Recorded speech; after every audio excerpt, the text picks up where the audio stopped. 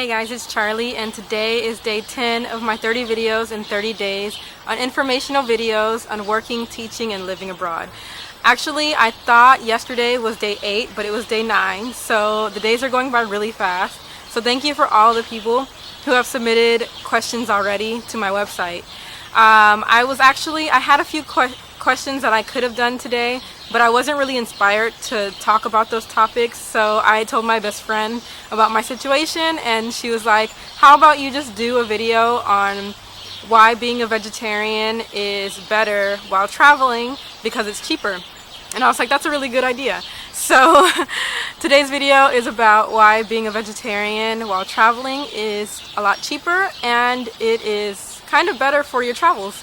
So I have been a vegetarian for a little bit over 12 years, I think, maybe at 12 years or a little bit over 12 years. And while traveling, I've been pushed to stay vegetarian and to continue being a vegetarian.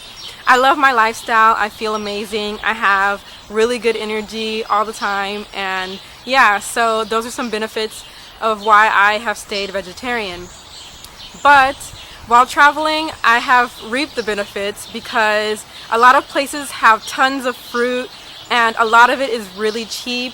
A lot of vegetables, all of those natural foods, and they're a lot cheaper than the meat dishes that you would get. Now, this is a disclaimer because it all depends on the country you're going to and what types of foods are available. If you're going to a more tropical place, you're going to find that it's really cheap to eat fruit all the time, and this is going to give you tons of energy for your travels, for all of your adventures, and it's going to give you a lot more energy and push to get up instead of sitting down. So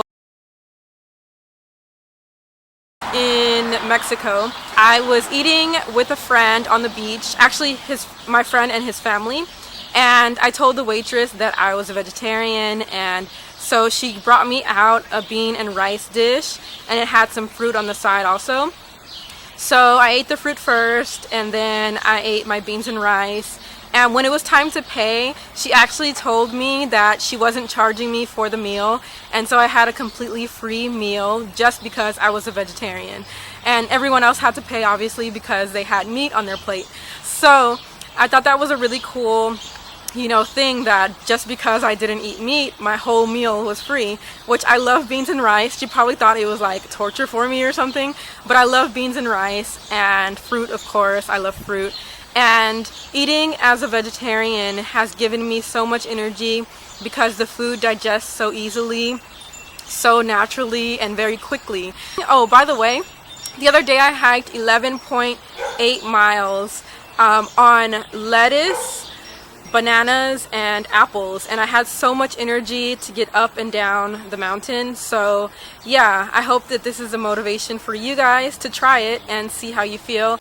The other story is about Korea, and I know that I have a video about Korea and how difficult it was for me to be a vegetarian there, but that was really my first 3 months of living there was the most difficult. But as I grew and learned, I've grown so much from my travels. There are so many things that you can eat in Korea that do not contain meat. And one of the positive things is that they have banchan. And that is the side dishes that they have that are all mostly all vegetables and, natural things that we as vegetarians can eat. And the cool thing is, if you're eating with friends, you're able to let them know that you're only going to eat like the side dishes, and maybe they can pay for more of the meal because you're not eating the bulk of what the meal is about, which is the meat. Usually the meal is surrounded by the meat, depending on like if you're getting some type of barbecue, all of that. So they have like the rice, and then you can combine that with the sprouts that they have and different vegetables, tofu, all of these different things, soup dishes and things like that we can eat and actually save money, especially if we're in a group. Yeah, I learned that you can eat in Korea and in places where it's kind of weird for you to be a vegetarian. People think it's weird. You can thrive and survive, and not just survive but thrive in the country but you just have to be more open-minded and figure out ways to do it.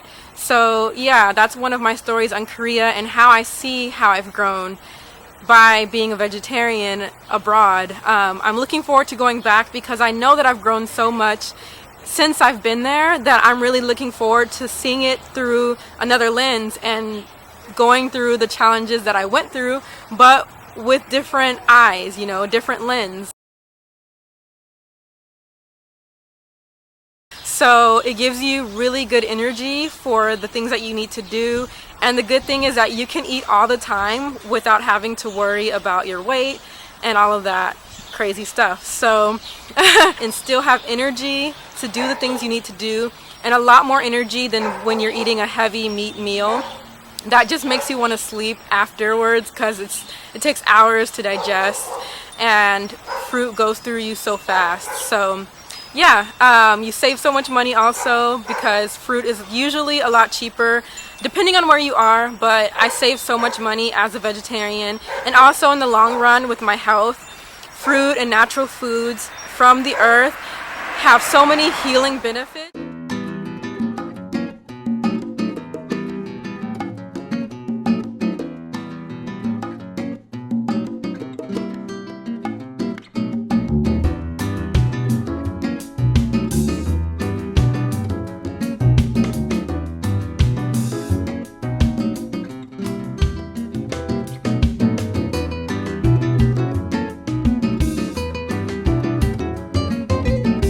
I hope this was informational for you on why I enjoy being a vegetarian while traveling. You guys should give it a try.